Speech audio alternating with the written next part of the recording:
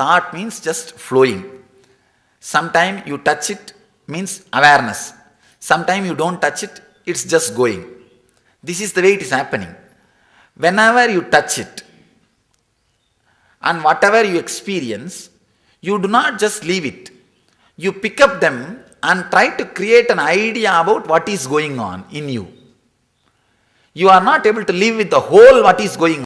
So you wanted to just pick up few things and live with that. If your house is too big, you live in one portion and decorate, try to put your energy, attention, everything under one portion. Trying to create that one portion is what this joy shaft or pain shaft. Sometimes you create the pain shaft as a part of you. Sometimes you create the joy shaft as a part of you. Just create an idea. You see, now you have an idea. This food is very tasty. That idea, why? Because many times you had that food and it was tasty. So just the idea, just that depth, that thing, that's where the whole struggle starts. That's where the whole trouble starts. Instead of giving the idea, this food is tasty because so many times I ate and I have an idea about taste and all those things. Relax and straight away just eat. You will see it's totally different. It's not just the word tasty. And one more thing, whenever you create a label, when you say the particular experience or a person brings joy to you, second time the same person, same situation, same place or the same thing, same object may not bring that same joy to you. Because the mind has come in between. It has created the game. So whenever you create a joy shaft, you try to elongate by bringing that same person, same object, same situation into the life so that the expecting same joy will come. The joy shaft will become longer, but the same joy does not come. So the struggle to elongate the joy shaft leads only to pain. Then when you have the pain, you try to disconnect or disturb, break the pain shaft. The more you try to break the pain shaft, the more life you give. Actually, if you just sit and watch, let me have the death fear, it's okay. Automatically it will be replaced by some other thought. But the more you try, let me not have the death fear, you have already created a gap by let me not have so that the death fear can again come. Because you created a gap, you are creating facility for death fear to happen. If you just relax, death fear cannot continue to be in your inner space. Because by your very nature, your inner space is replaced. If you relax, it will be replaced. If you try to replace, it will come back. That's the whole thing. Without understanding the logic, how the inner world functions, we are creating suffering. See, if you just relax, even if it is a worst fear of death or a lust or a greed, it can't hold your inner space. As I told you, the simple thought will replace it. But if you are trying to replace, you are creating a gap for that to happen again. It cannot be permanently there. That is the law. So, if you relax, what will happen? Something else will come and replace it. Because you are not relaxing, you are creating some other thought. So, you yourself replacing, creating new thought and making now space for that death fear to come back. Because you are replacing death fear, what it thinks, oh, now already one more thought has come, now I can go back again. Let's go back. So, by suppressing, you are inviting. By reacting, you are creating. By replacing, by force, you are creating place. Then as uninvited guest, the thoughts which uninvited guest. Uninvited guest also creates irritation, you see. You don't have to create that irritation. Sometimes it creates an irritation. It doesn't have to be irritation. It's like a completely non-caring. A complete, what to say that, not bothered. Not bothered. Not bothered. Even these words are too small. Unclutching is the ultimate right word. Use that word itself. There's so much of literature available. What is your view on scientific reasoning on spiritual healing? It's good in the initial level as an inspiration. To tell you honestly, science is not that evolved to touch spirituality. Please I'm not, if I sound little strong, please forgive me. See, science is a bacha, 400-year-old guy. And spirituality is something like 10,000-year-old science. And one more thing, our masters are not something like a cheaters or superstitious guys or immature people. They lived such an intense quality of consciousness. They lived with such great quality of consciousness. So we don't have to use this ordinary scientist to measure our masters. This is too small scale. You understand? In the initial level, we too talk. I also talk in some places, science and spirituality and all, just to inspire the initial level people. And it's like the language in which they understand, I talk to them. Science is not evolved to touch the spiritual heights. You understand? Spirituality has reached totally different heights and depth. Science is just if you read the Albert Einstein's books, Einstein's literatures, you will see in the last days, he says very clearly, after this science cannot evolve, only the mystics can answer everything. Where science ends, spirituality starts. So, in the initial level, okay, it's like a bridging game.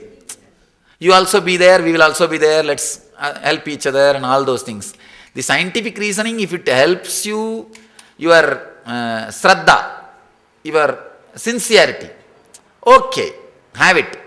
But the science is not that big to measure spirituality. There are thousands of things. You can, if it sounds too mystical, please forgive me. I have seen with my own eyes, these two eyes I have seen yogis levitating and all those things. How will you define? Science can never justify.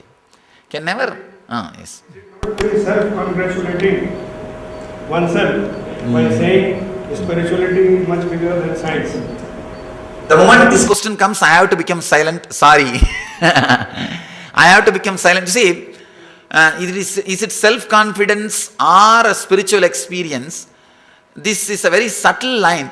If you experience what I am saying, then I can be authentically say it's a spiritual experience. You see, it's not only just mine, it's yours also. But till you experience, you always have a right to say that it's ego or self-confidence. You have the right to complain till I give you the experience. So now I don't have any reason or a logical justification. So I have to back. You were writing the biography, and there is a God of the person whom you call master. I don't know what it is. Yes. Two things. Now, what is the difference between the two, and what is actually God? Yes. See, one thing, person who is feeling he is missing money in the life, who will be his God? Only Lakshmi, goddess of wealth. Person who is feeling he is missing knowledge in his life, who will be his God? Naturally, the Saraswati, knowledge of God, the goddess of knowledge.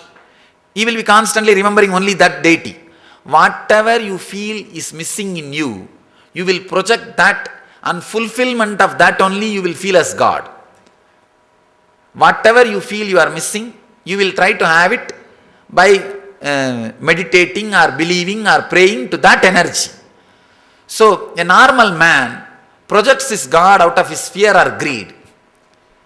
An enlightened being does not project anything. He just lives his very life. The very life radiates godliness. Exactly, if you want to ask the definition of God, whatever is, that isness, if you come, you see, it's like I was talking about understanding that both identities are false. Identity which you are trying to project to the outer world, the identity which you carry in you as you, both are lies. The moment you understand this and relax, what great inner healing happens. See, the moment somebody convinces you clearly, inspires you and says, you don't have to prove yourself to the world, or you don't have to prove yourself to yourself, what tremendous relaxation happens. What tremendous rest happens. What you are trying to say is a tremendous feeling of relaxation. That inner healing, I call God. Inner healing, not tremendous feeling of relaxation. For ordinary person, I have personally seen, even old ladies going to the temples, they get similar feeling, which by unclutching. Then surely they have evolved. Their devotion has evolved. By following rituals also, they are approaching at the same level. Yes. And See. by following this path of and with consciousness, we are reaching to the same. Yes, both are reaching. You see, both can reach the same goal. It takes little time. That's all. You see, Buddha is also reaching there. No doubt at all. What is the difference? There is no doubt. One thing. You see, I am not against ritual. If you come to our ashram, you will see the amount of ritual goes on there. I am a person. Wherever it is possible, I erect temples and every day continuously rituals goes on. I am not against rituals, or I am not against these basic traditions. Maybe I may not accept this statement. See, I am not against rituals. No, I am not against rituals. Usually, I am a great supporter of rituals, and I myself perform in a mass scale, like 1,008 homaguntas we place and do. And something like this Shivratri, if you come, 12 hours continuously rituals will be there in the ashram. March 6th whole night. So all these things are okay. But I don't say it is the easiest way. I can say if it inspires you to go to the higher level, it is easiest way. But sometimes it just perspires, not inspires. In that level, it's danger. See, who teaches you ritual is the main thing. With what understanding you do the ritual is the main thing. So I cannot say it is the easiest way. I don't feel it's the easiest way. With understanding it can be easiest way. Not without that. So when you say that a few ladies reaching the same level, I can say by and by the understanding would have been added to their being. That only raises them. Beautifully Shankara says in Viveka Chudamani, even Kalpakala Pariyanta, one Brahma's age, if you are doing rituals without the knowledge or the understanding, you will not reach anywhere. And beautifully Shankara puts in Viveka Chudamani. So I feel the rituals are okay to start. I am not against them. I myself practice, teach, and I keep the whole tradition alive. So that is not the thing. But we need the understanding part. We need to give a little more importance to understanding part. That's all I am saying. The idea of decluttering appears to be self-contained in this sense. And so many thoughts are coming into expression. If a particular thought you want to declutter, first we have to focus on that thought. Then only we will think about decluttering. No. These are all too many. You are again bringing too many numbers into one process. You understand? You don't have to focus on the thought to unclutch. Unclutching does not need to be, say, after unclutching, you may have the focused consciousness. But for unclutching, you don't need focused consciousness. Concentration is a byproduct of meditation, concentration is not path for meditation. Dreams, unclutching the dream also, it's possible. How do you do that? In the day, see, actually, your night dreaming is nothing but the reflection of daydreaming. Let me finish describing. Daydreaming means the whole day constantly oscillating. If you unclutch during daydreaming, that same awareness will enter into night dreaming. See, daydreaming and night dreaming is very closely connected. Daydreaming, if you reduce the daydreaming, night dreaming will reduce. The daydreaming reduction means unclutching in the daytime. Naturally, you will start unclutching in the night time. I have seen it happening in my own life. You see, the unclutching is such a powerful technique. It can reach to your subconscious and unconscious. Now insert it into your consciousness and start churning. And it will reach to subconscious and unconscious. It's like a Ksherasagana Madana. They call it churning of the Milky Ocean. Just like that. If you understand that story, the Meru, the hill, is the technique unclutching. And all the devatas are good thoughts, all the rakshasas are bad thoughts. Mind is the snake. The technique is the Meru, the hill, and the mind is the snake. Good thoughts are devatas and bad thoughts are rakshasas. And the Milky Ocean is your consciousness. Start churning. Guru is the tortoise, who is balancing the technique properly. And Guru is the tortoise. And start churning this side and that side. And you will see suddenly First, the Kalpadaru will come. All your desires will be fulfilled. The different energies will come. Siddhis will come. All these devatas who want that, they stop with that. That's all. And after that, deep depression will come out. That's alagala. Tiredness or depression. The mind, by churning, your mind will say, no, I am bored, I am tired. This is not going to lead anywhere. This Swami came and taught something, I am sitting and doing something here. This idea, it is arduous, strenuous mental process. That's a poison. Alagala Visha. That time, the person who comes and swallows that poison and gives you the inspiration is Master Shiva. He comes and swallows that poison and gives you the inspiration. No, don't bother. Churn again. And he is the Master, Shiva, again. Shiva appears as a Vishnu, tortoise, and maintains the churning process. And he appears as a protection, guide, during the depression, and gives you the encouragement. And finally, what comes out is Amrita, enlightenment. Till then, the churning has to continue. Unclutching has to be drilled continuously. You see, this idea, I have to continue unclutching also, you take now. Don't even have that idea. Just unclutch this moment. You will never feel bored by unclutching. If you start thinking about unclutching, you may feel bored. Not by unclutching. I have never seen anybody feeling bored by unclutching. They feel bored by thinking about unclutching. How long I can unclutch? What will happen? Why should I unclutch? When it will end? You will feel bored.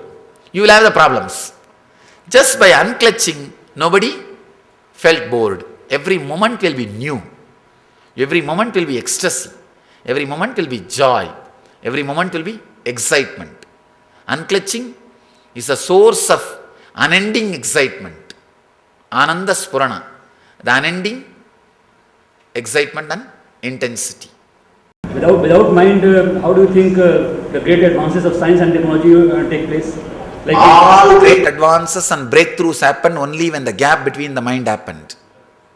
Please understand, not only Albert Einstein, I myself personally met one scientist, I forgot his name, just 3 years before in San Jose. He discovered laser and maser and got the Nobel Prize. I myself personally sat with him. I had a lunch with him. I was talking to him. How did you discover? Exactly describe the experience. How it happened. He said, Swamiji, it's a business secret. I can't tell.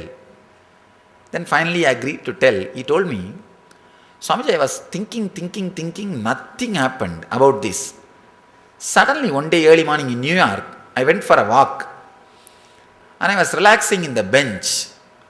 I decided that I am not going to be successful. I am supposed to present this in a meeting after 3 days. So I decided that I am not going to appear in that meeting. I am not going to present. Forget about it. I relaxed. Over. Suddenly, I don't know how it happened. There was a big gap, silence in my inner space when I was resting in the New York Park. And end of that gap, silence, this whole formula was revealed. It just happened in me, in my logic. And one important thing, I know the result, but I do not know how I came to the conclusion. I did not know the steps. Now if I present the result in the meeting, they will tell that I have stolen the result. Because I don't know the steps. 3 days I sat and developed the steps, and 3rd day I presented Swamiji. He says, I developed the steps and presented. Not only his experience, I myself personally studied many of the breakthroughs. Many breakthroughs. It always happened between the gaps, not by thinking. One thing, our masters have put all their attention and energy in the inner science. They did not bother about the outer world.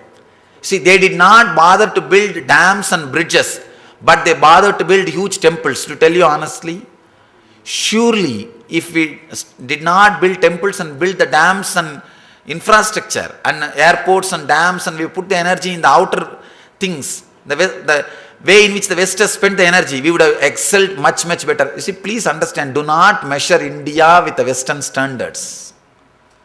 They abuse us by constantly measuring us with their standard. Just see the depression rate, crime rate. See the depression rate.